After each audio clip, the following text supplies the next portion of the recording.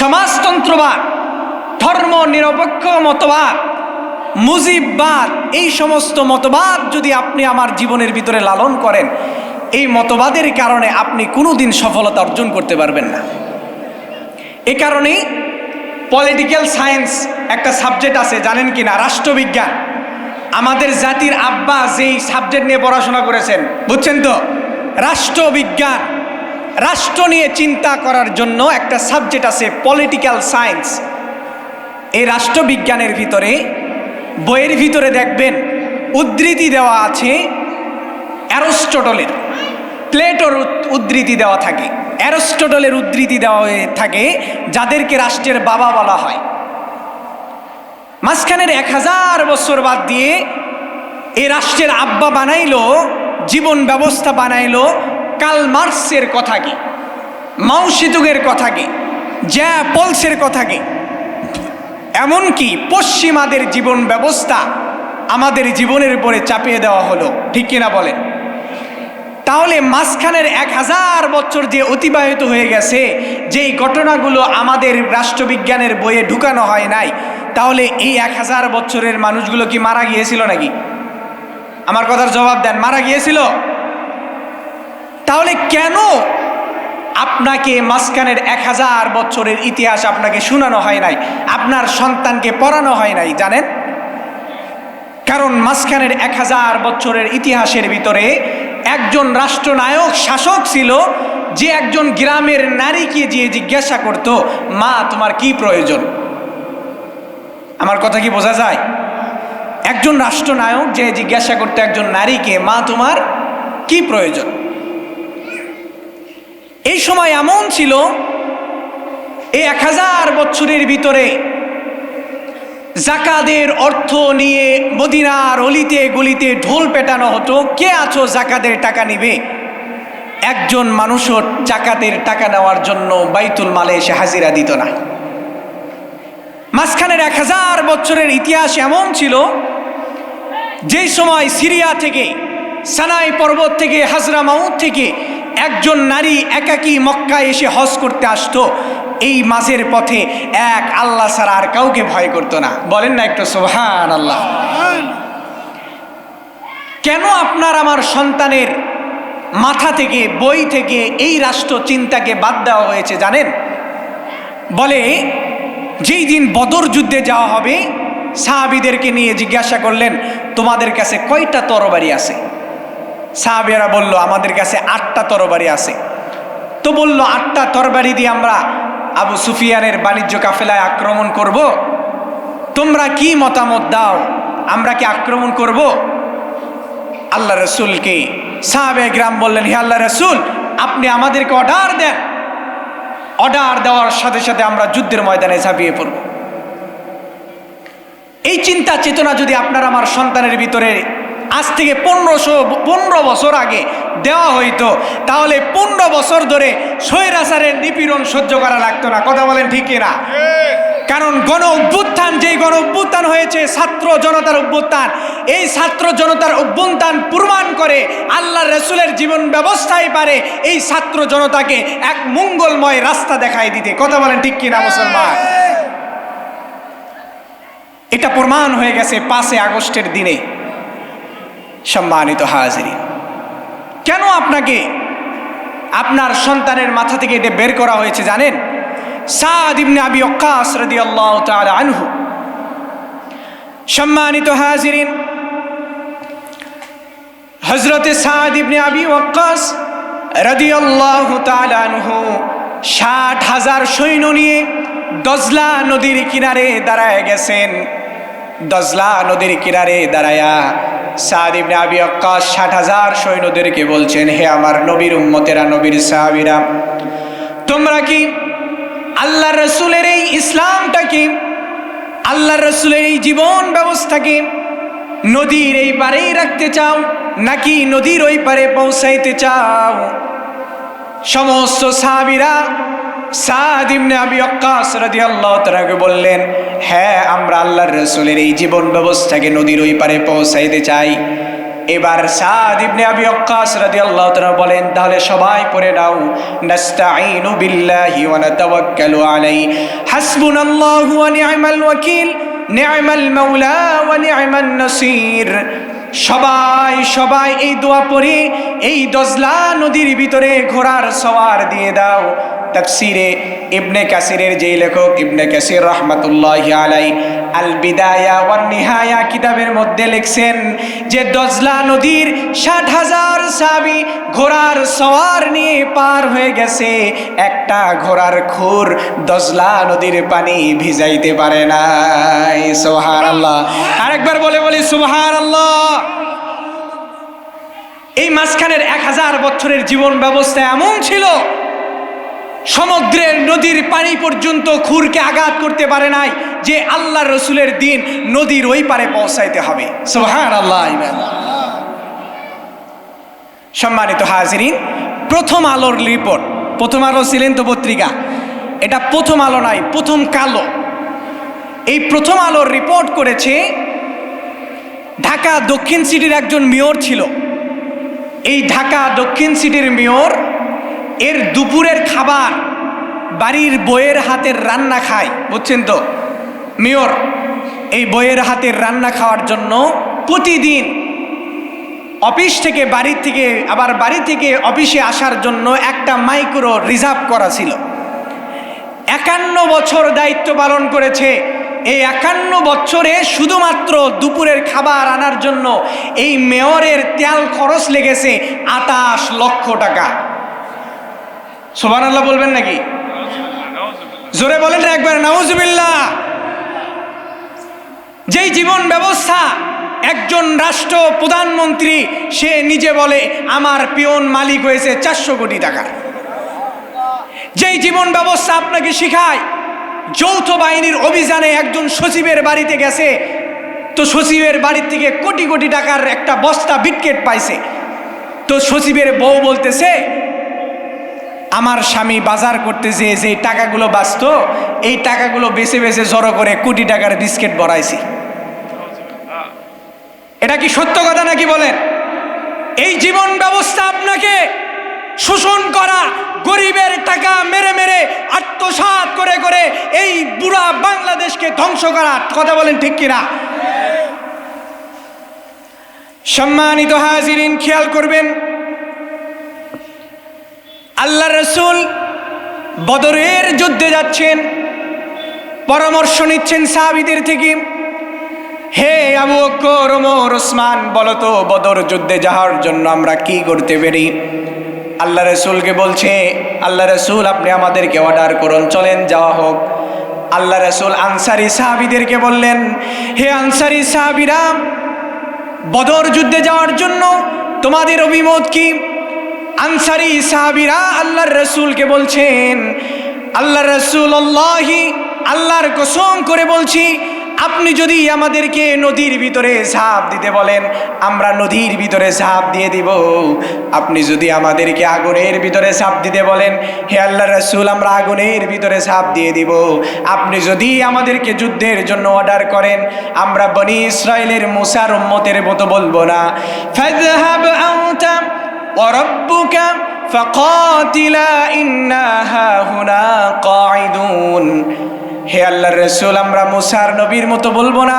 তার উম্মতরা মুসা আলাইহিস সালামকে বলেছিল, হে মুসা, তুমি এবং তোমার রব ফিরাউনের সাথে যুদ্ধ করতে চাও, আমরা এখানেই বসে থাকবো। হে আল্লাহর রাসূল, আপনি আমাদেরকে অর্ডার করেন, তাড়াতাড়ি আমরা যুদ্ধের ময়দানে যে ইসলামের বিজয় ঘটায় দিব। সুবহানাল্লাহ। এই বদর যুদ্ধে যাওয়ার জন্য আল্লাহ রাসূলের বাহনের সংকট, গাড়ির সংকট। এই উদাহরণটা বুঝবেন ওই মন্ত্রীর ভাত আনার গাড়ির কথা, বুঝেন। আল্লাহ রসুল যুদ্ধের ময়দানে যাবেন, গাড়ির সংকট, একটা বাহনের ওপর 3 জন করে চড়া যায়। কিছু লোক পায়ে হেঁটে গেলেন, কিছু লোক বাহনের ওপর চড়ে যাচ্ছেন। তো একটা বাহনে 3 জনের ভিতরে 2 জন বসে থাকতে হয় আর একজনকে দড়ি ধরে নিয়ে যাইতে হয়। তো একটা বাহনের ভিতরে হযরত আলী রাদিয়াল্লাহু তাআলা আনহু, হযরত আবু লুবাবা এবং আল্লাহ রাসূল উঠছেন। সংক্ষেপে বলছি, একবার আবু লুবাবা রশি ধরে যুদ্ধের ময়দানে নিয়ে যায়, একবার আলী রাদিয়াল্লাহু তাআলা নিয়ে যায়। এরপরে আসছে আল্লাহ রসুলের পালা। একবার আবু লুবাবা আলী রাদিয়াল্লাহু তাআলার চেহারার দিকে তাকায়, একবার আল্লাহ রসুলের চেহারার দিকে তাকায়। আল্লাহ রসুল বলেন, হে আলী, হে আবু লুবাবা, তাকাতাকির কোনো দরকার নাই। তোমরা যদি দড়ি টেনে রশি টেনে সোয়াব অর্জন করতে পারো, আমি রাসূলের কি সোয়াবের দরকার হয় না? সুবহানাল্লাহি ওয়া বিহামদিহি। একজন রাষ্ট্রনায়ক, আখিরি জামানার পয়গম্বর, আখিরি জামানার নূর নবী মুহাম্মদুর রাসূলুল্লাহ সাল্লাল্লাহু আলাইহি সাল্লাম বাহন শেয়ার করে যুদ্ধের ময়দানে যায়, আর এরা জনগণের টাকা দিয়ে বাহন নিয়ে নিজের খাওয়ার পিছনে 28 লক্ষ টাকা খরচ করে। ঠিক কিনা বলেন? শুধু তাই নয় মুসলমান ভাইরা আমার, অর্ধজানের খলিফা ওমর রাদিয়াল্লাহু তাআলা আনহু ইহুদিদের দাওয়াতে বাইতুল মুকদ্দাসে যাওয়ার জন্য রওনা হয়েছে। এই বাইতুল মুকদ্দাসে যাওয়ার জন্য তার কোনো গাড়ির বহর ছিল না, একটাই মাত্র গাড়ি, সাথে একটা গোলাম। এই বাহনের গাধার পিঠে ওমর যাচ্ছে এবং গোলাম যাচ্ছে। একবার গোলাম গাধার পিঠে চড়ে, একবার ওমর রশি ধরে টেনে নিয়ে যায়। একবার ওমর রাদিয়াল্লাহু তাআলা গাধার পিঠে চড়ে আর গোলাম রশি ধরে নিয়ে যায়। বাইতুল মুকদ্দাসে যখন দাঁড়ায় যায়, হযরত ওমর রাদিয়াল্লাহু তাআলা রশি ধরে বাইতুল মুকদ্দাসের মধ্যে ঢুকেছেন। তো ইহুদিরা এই গোলামকে নিয়ে এসে ফুলের সংবর্ধনা দিচ্ছে। গোলাম চোখ দিয়ে পানি বের করে বলছে, হে ইহুদিরা, তোমরা যাকে ফুল দিয়ে শুভেচ্ছা জানাচ্ছ এ আমিরুল মুমিনিন নয়, বরং যে রশি ধরে বাইতুল মুকদ্দাসের ভিতরে ঢুকলো তিনি হচ্ছেন আমিরুল মুমিনিন ওমর ফারুক রাদিয়াল্লাহু তাআলা আনহু। বলেন আল্লাহু আকবার। সবাই একটু হাত তুলেন, তো দিকে হাত তুলেন। নারায়ে তাকবীর, নারায়ে তাকবীর। আল কোরআনের আলো, আল কোরআনের আলো, নারায়ে তাকবীর। সেই ওমরের শাসন আমরা চাই কিনা বলেন? যেই জীবন ব্যবস্থা আপনাকে একজন গরিবের সম্পদ লুণ্ঠন করতে শেখায়, আমরা সেই জীবন ব্যবস্থা চাই নাকি রাসূলের দেওয়া ইসলাম নামক জীবন ব্যবস্থা চাই? কোনটা চাই বলেন? একটু জোরে বলেন, কোনটা চাই আমরা? ইসলামের জীবন ব্যবস্থা চাই। সুবহানাল্লাহ। শুধু তাই নয়, আরেকটু কথা শোনেন। আমাদের সংবিধান আছে না, গণপ্রজাতন্ত্রী বাংলাদেশ। এই সংবিধানের 51 নম্বর অনুচ্ছেদের 2 নম্বর ধারা, আজকেই যাই খুলবেন অথবা এখনই নেটে সার্চ দেন। 51 নম্বর অনুচ্ছেদের 2 নম্বর ধারার ভিতরে লেখা আছে, সংবিধানের অনুযায়ী এই জাতির মানুষরা রাষ্ট্রপতির বিরুদ্ধে কোনো ফৌজদারি মামলা, কোনো গ্রেফতারি পরোয়ানা, এরকমভাবে অর্থাৎ যে কোনো বিষয়ে মামলা করে কোনো রাষ্ট্রপতির বিরুদ্ধে এই সংবিধান গ্রেফতারি পরোয়ানা জারি করতে পারবে না। সংবিধানের বিধান, যিনি রাষ্ট্রপতি হবেন ইনি যদি আপনাকে মারিয়ে বিছে এখানে হত্যা করে ফেলে দেয়, এরপরেও তার বিরুদ্ধে আইনে আপনি মামলা দিতে পারবেন না। এটা পশ্চিমা সংবিধানের সংস্থার এই জীবন ব্যবস্থা। সম্মানিত উপস্থিতি, আসেন আল্লাহ রাসূলের জীবন ব্যবস্থা কেমন ছিল। অর্ধজানের খলিফা ওমর, যাকে দেখলে শয়তান রাস্তা দিয়ে পালাইতো। আল্লাহর রাসূল বলেছেন, আনা খাতামুন নবিয়্যিন লা নবিয়্য বা'দা, লাউ কানা নবিয়্যান লাকানা ওমর। আমি হলাম শেষ নবী, আমার পরে আর কোনো নবী আসবেন না। যদি আমার পরে কোনো নবী হইতো তাহলে ওমর নিঃসন্দেহে নবী হয়ে যাইতো। বলেন সুবহানাল্লাহ। শুধু তাই নয়, আল্লাহর রাসূল মিরাজ থেকে এসে ওমরকে বলছেন, হে ওমর, জিবরাইল আলাইহিস সালাম তোমার জন্য আল্লাহ তাআলা যে জান্নাতের ঘরটা তৈরি করেছে, জিবরাইল আলাইহিস সালাম সেই ঘরটা আমাকে দেখাইছেন। সুবহানাল্লাহ। ওমর রাদিয়াল্লাহু তাআলা বলেন, আপনি কি আমার ঘরের ভিতরে একটু দেখে আসেন নাই? আল্লাহর রাসূল বলেন, হে ওমর, তোমার যেই মর্যাদা, তোমার যেই সম্মান, এই সম্মানের ব্যাঘাত ঘটুক, আমি রাসূল তোমার সম্মানার্থে তোমার জান্নাতের ঘরের ভিতরে আমি প্রবেশ করি নাই। সুবহানাল্লাহ। এই ওমর অর্ধজানের খলিফা ওমরে ফারুক রাদিয়াল্লাহু তাআলা আনহু মসজিদে নববীর ভিতরে খুতবা দিচ্ছেন। খুতবা চলাকালীন একজন বেদুইন খুতবার ভিতরে ওমরে ফারুক রাদিয়াল্লাহু তাআলা আনহুকে বললেন, হে ওমর, এখন আর খুতবা বাড়ায়া বলো না, আমার একটা প্রশ্নের জবাব না দেওয়া পর্যন্ত তুমি আর খুতবা দিতে পারবে না। সুবহানাল্লাহ। আপনার চেয়ারম্যানকে বলতে পারবেন যে আপনি যে বক্তব্য দিচ্ছেন এটা থামান, আগে আমার কথা শোনেন, এ কথা বলার সাহস আছে আপনাদের? আর পৃথিবী থেকে যদি অর্ধেক করেন, পৃথিবী পুরা পৃথিবী, এই বোতল পৃথিবী, এই পৃথিবীতে অর্ধেক করলে এই অর্ধেক জাহানের খলিফা, এই অর্ধজাহানের শাসক, এই অর্ধজাহানের যিনি প্রধানমন্ত্রী, এই প্রধানমন্ত্রীকে মসজিদে নববীর ভিতরে একজন বেদুইন রাস্তার মানুষ বলছে, হে ওমর, আর খুতবা দাও না, আমার একটা প্রশ্নের জবাব দিতে হবে। সম্মানিত হাজিরিন, ওমর দাঁড়ায় গেলেন, আব্দুল্লাহ ইবনে ওমর দাঁড়ায় গেলেন। ওমরে ফারুক রাদিয়াল্লাহু তাআলার সন্তান বেদুইন জিজ্ঞাসা করছে, আমাদেরকে যেই রেশনের কাপড় দেওয়া হয়েছে, আমাদেরকে বাইতুল মাল থেকে যেই কাপড় দেওয়া হয়েছে, এই কাপড় দিয়ে আমরা গবেষণা করে দেখলাম একজন মানুষের পূর্ণাঙ্গ রূপে জুব্বা তৈরি হয় না, তাহলে ওমর কেমনি পরিপূর্ণ জুব্বা পরে আজকে খুতবা দেয়? ওমরের সন্তান দাঁড়ায় গেছে, হে বেদুইন, তোমার প্রশ্নের জবাব দেওয়ার জন্য আমি প্রস্তুত আছি, শুনে নাও। বাইতুল মাল থেকে রেশনের যেই কাপড় দেওয়া হয়েছে, এই কাপড় আমি বাড়িতে নিয়ে যাওয়ার পরে আমি এবং আমার বাবা দুইজনে পরামর্শ করে দেখলাম কারো জুব্বা তৈরি হয় না। এই কারণে আমি সন্তান বাবাকে এই আমার কাপড়টা উপহার দিয়েছি। এই উপহার দেওয়ার কারণে আমার বাবার পরিপূর্ণ একটা জুব্বা হয়েছে। সেই জুব্বা পরিধান করে আমার বাবা মসজিদে নববীর ভিতরে খুতবা দিচ্ছেন। সুবহানাল্লাহ। একটু জোরে বলে আল্লাহু আকবার। এইবার বেদুইন বলছি, আমার যে প্রশ্ন ছিল অন্তরের ভিতরে, এই প্রশ্নের জবাব আমি পেয়ে গেছি। হে ওমর, তুমি এইবার তোমার খুতবাটা চালাইতে পারো। সুবহানাল্লাহ। ভাই, আমার দেশের প্রধানমন্ত্রীর এই বাংলাদেশি শাড়িতে হয় না, দিল্লির শাড়ি লাগে, ঠিক কিনা বলেন? আমেরিকান শাড়ি লাগে, সিল্কের শাড়ি, এক একটা শাড়ির দাম 60 লক্ষ টাকা, 50 লক্ষ টাকা। আর অর্ধজাহানের খলিফা যিনি, এর যেই কাপড় হয়েছে, এই কাপড় দেওয়ার জুব্বাই তৈরি হয় না। যেই জীবন ব্যবস্থা আপনাকে লুণ্ঠন করা, রাষ্ট্রপতির বিরুদ্ধে দাঁড়ানোর জন্য আপনাকে কোনো যোগ্যতা দেওয়া হয় নাই, আর সেই জীবন ব্যবস্থা রাষ্ট্রপতিকে জবাব দিয়ে তার মুখোমুখি দাঁড় করানো হয়েছে।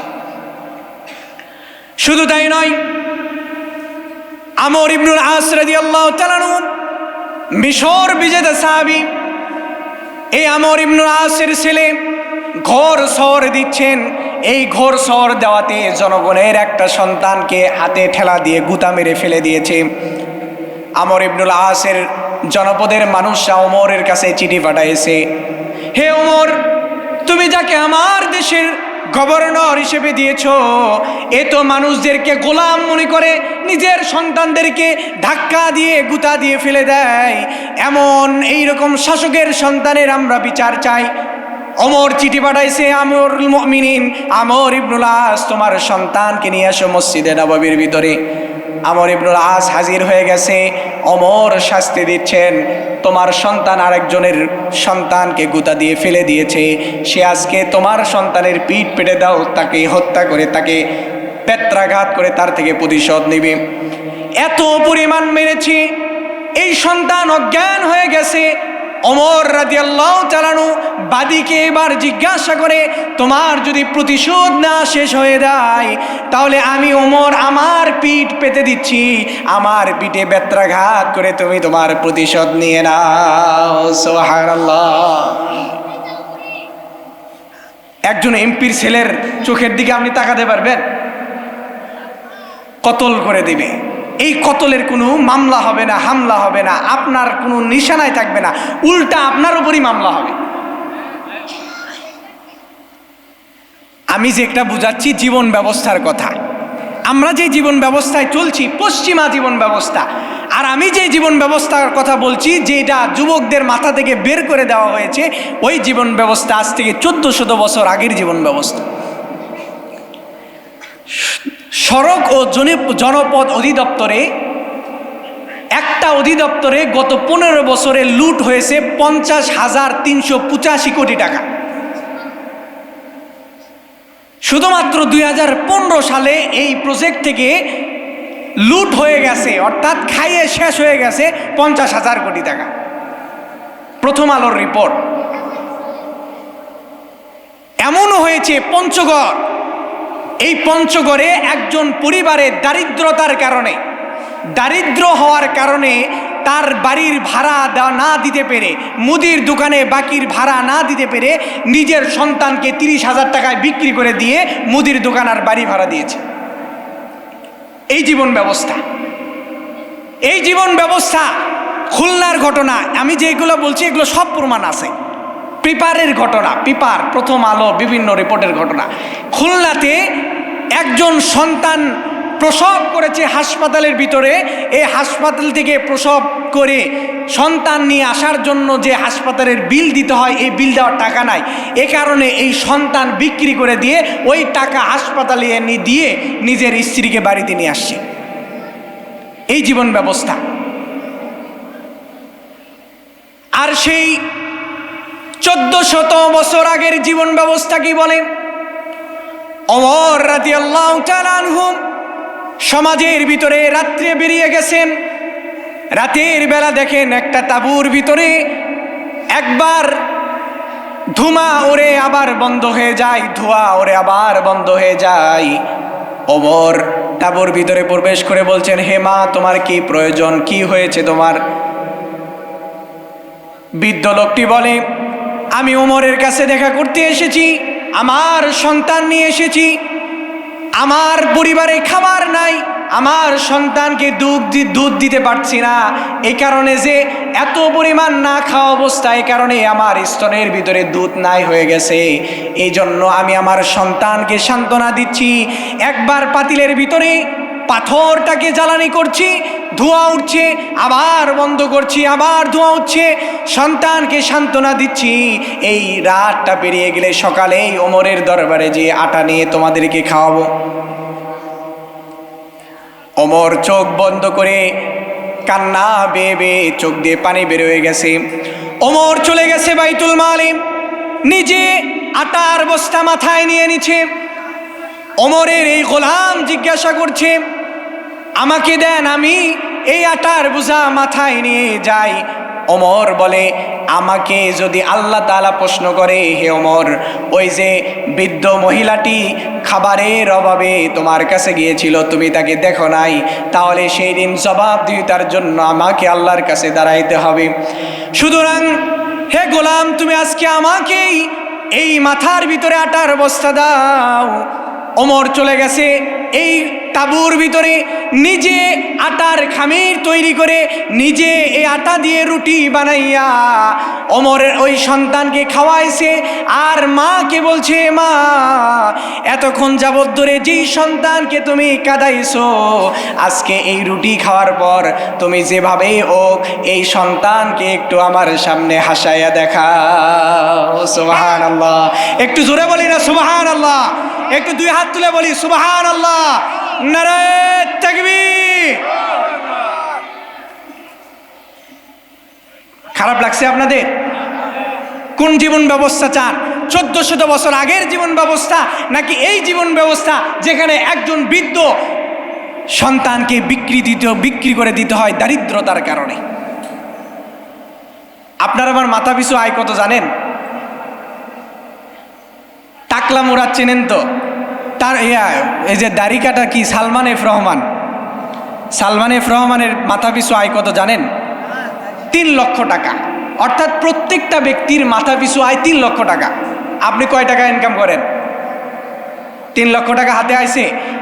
পুঁজিবাদ আপনাকে শিক্ষা দেয় যে সালমান এফ রহমান যদি ব্যাংকে লুট করতে করতে টাকা সব নিয়ে যায়, এরপরেও তোমার মাথা পিছু আয় 3 লক্ষ টাকা। নাউজুবিল্লাহ। সম্মানিত হাজিরিন, শোনেন আমার কথা। এই যে স্বৈরাচার বিদায় হয়ে গেছে, এই স্বৈরাচার শাসক প্রত্যেকটা ব্যক্তি, যেই ব্যক্তি আজকে দুনিয়ায় জন্মগ্রহণ করেছে, ওই সন্তানের উপরে 1,35,000 টাকা বাংলাদেশি ঋণ রয়েছে। আপনার যে সন্তান যদি আজকেই ভূমিষ্ঠ করে, ওই আজকে সন্তান জন্ম নেওয়া ওই সন্তানের উপর বাংলাদেশের ঋণের বোঝা 1,35,000 টাকা। 18,36,000 কোটি টাকা এই বাংলাদেশের ঋণ আছে, শুধুমাত্র বিদেশকে দিতে হবে। এই হলো আমার আপনার জীবন ব্যবস্থার নমুনা, যেখানে লুণ্ঠন করতে করতে করতে করতে এমনভাবে উধাও করে নিয়ে গেছে জনগণের টাকা। এখন জনগণ খুঁজে পাচ্ছে না কার কাছে যেয়ে নিজেদের টাকাগুলো চাইবে।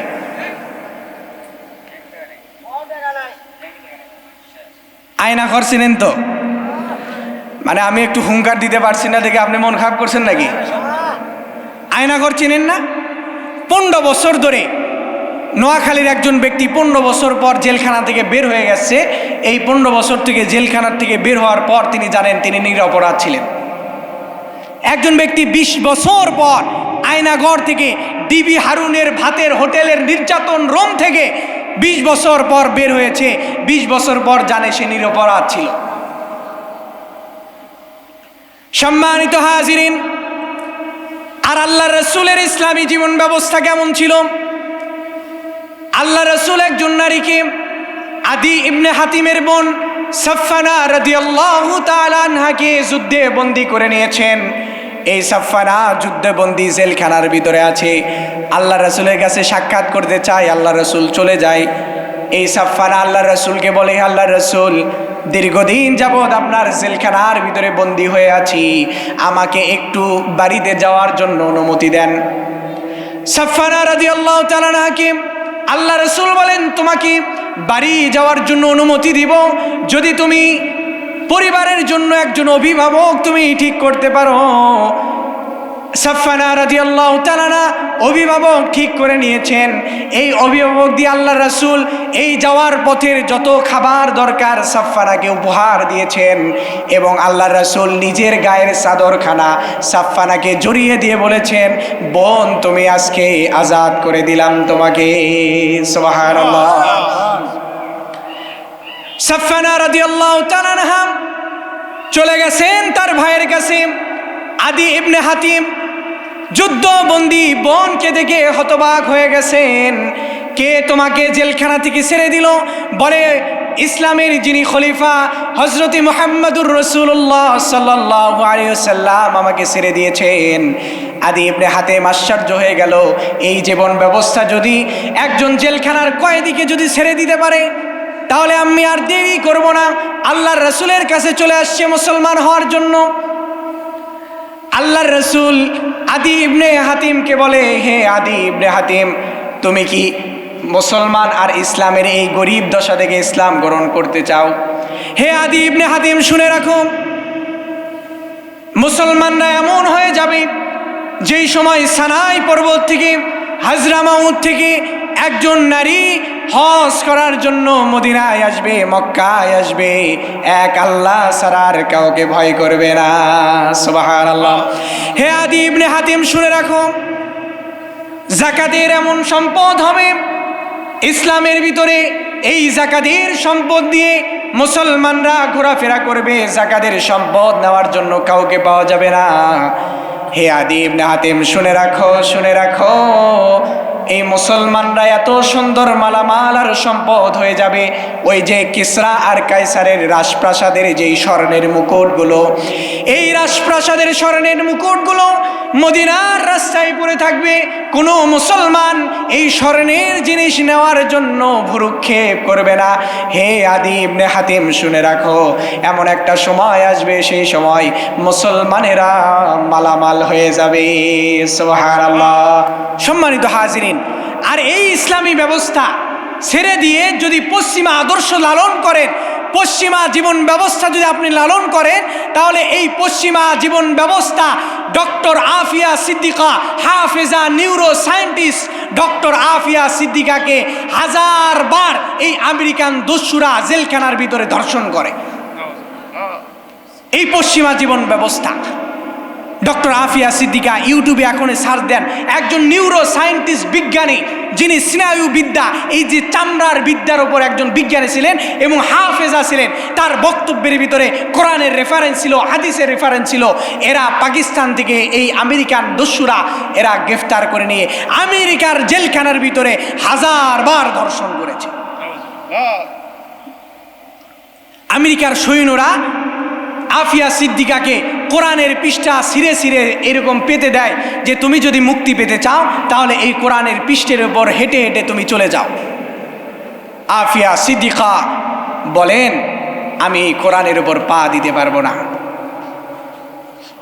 তার বোন, আফিয়া সিদ্দিকার বোন ইন্টারভিউ দিচ্ছে, ইউটিউবে এখনো আছে, দেখবেন। তিনি বলছেন, আফিয়া সিদ্দিকা একদিন ঘুমের ঘরে আল্লাহর রসুল সরাসরি আফিয়া সিদ্দিকার স্বপ্নের ভিতরে চলে এসেছে। সুবহানাল্লাহ, আল্লাহু আকবার, আল্লাহু আকবার। আল কুরআনের আলো, আল কুরআনের আলো। সম্মানিত হাজিরিন, আফিয়া সিদ্দিকার বোন বলছে, আল্লাহ রসুলকে আফিয়া সিদ্দিকা জিজ্ঞাসা করেছেন, হে আল্লাহ রসুল, আমার উপর যেই নির্যাতন নিষ্পেষণ চলছে, এই নির্যাতন আর নিষ্পেষণ কতদিন চলবে? আল্লাহ রসুল আফিয়া সিদ্দিকাকে বলছেন, হে আফিয়া সিদ্দিকা, এটা তোমার উপর নির্যাতন চলছে না, বরং এটা আমার উম্মতের উপর পরীক্ষা চলতেছে। সুবহানাল্লাহ। এই জন্য আল্লাহ তাআলা বলেন, أحسب الناس أن يتركوا أن يقولوا آمنا وهم لا يفتنون। আল্লাহ তাআলা বলেন, তোমরা কি মনে করে নিয়েছো ঈমান এনেছি এ কথা বললেই তোমাদেরকে ছেড়ে দেওয়া হবে, অথচ তোমাদের কি কি পরীক্ষা করা হবে না? ওয়ালাকাদ ফাতান্নাল্লাযীনা মিন ক্বাবলিহিম ফালায়া'লামান্নাল্লাহুল্লাযীনা সাদাকু ওয়ালায়া'লামান্নাল কাযিবিন। হে মুমিন আর মুসলমানেরা, শুনে রাখো, ইতিপূর্বে আমি অনেক মানুষ গত হয়ে গেছে, তাদেরকে আমি ঈমানের পরীক্ষা নিয়েছি। মুসলমানরা শুনে রাখো, যদি তোমরা ঈমানদার হও, আমি অবশ্যই তোমাদেরকে পরীক্ষা নিবই নিব। সুবহানাল্লাহ।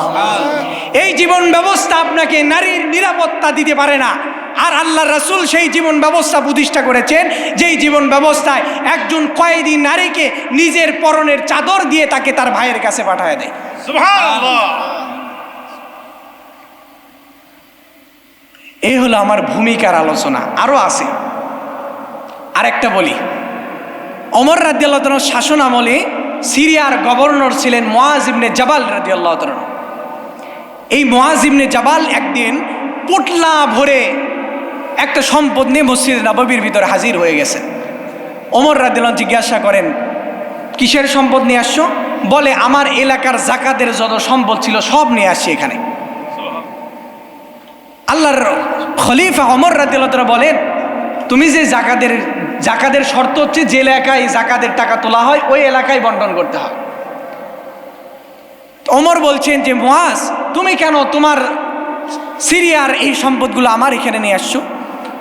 মুআজ ইবনে জাবাল রাদিয়াল্লাহু তাআলা বলেন, গত কয়েকদিন যাবত ধরে এই সম্পদ নিয়ে আমার সিরিয়ার অলিতে গলিতে ঘোরাফেরা করছি। কে নিবে আসো, জাকাতের সম্পদ নিয়ে যাও, কে নিবে আসো, জাকাতের সম্পদ নিয়ে যাও। এই গত কয়েকদিনে একজন ব্যক্তিকে পায় নাই যে আমার জাকাতের টাকা নিবে। সুবহানাল্লাহ। আর আমার আপনার পরিবারের, আপনার গোপালবাড়ি এলাকায় অনেক দেখেন এখনো দিন এনে দিন খায়, অথচ তার পরিবার চলে না। দারিদ্রতার কারণে, অভাবের কারণে, ঠিক কিনা বলেন? আর ওই যে জীবন ব্যবস্থায় জাকাতের টাকা, এখন তো জাকাতের টাকা নেওয়ার জন্য বাড়ি বাড়ি যাইতে হয়। কে কোথায় জাকাতের টাকা বাড়ির সামনে নিয়ে বসে আছে, তার বাড়ি যাও, আসো টাকা নিয়ে যাও, ঠিক কিনা বলেন?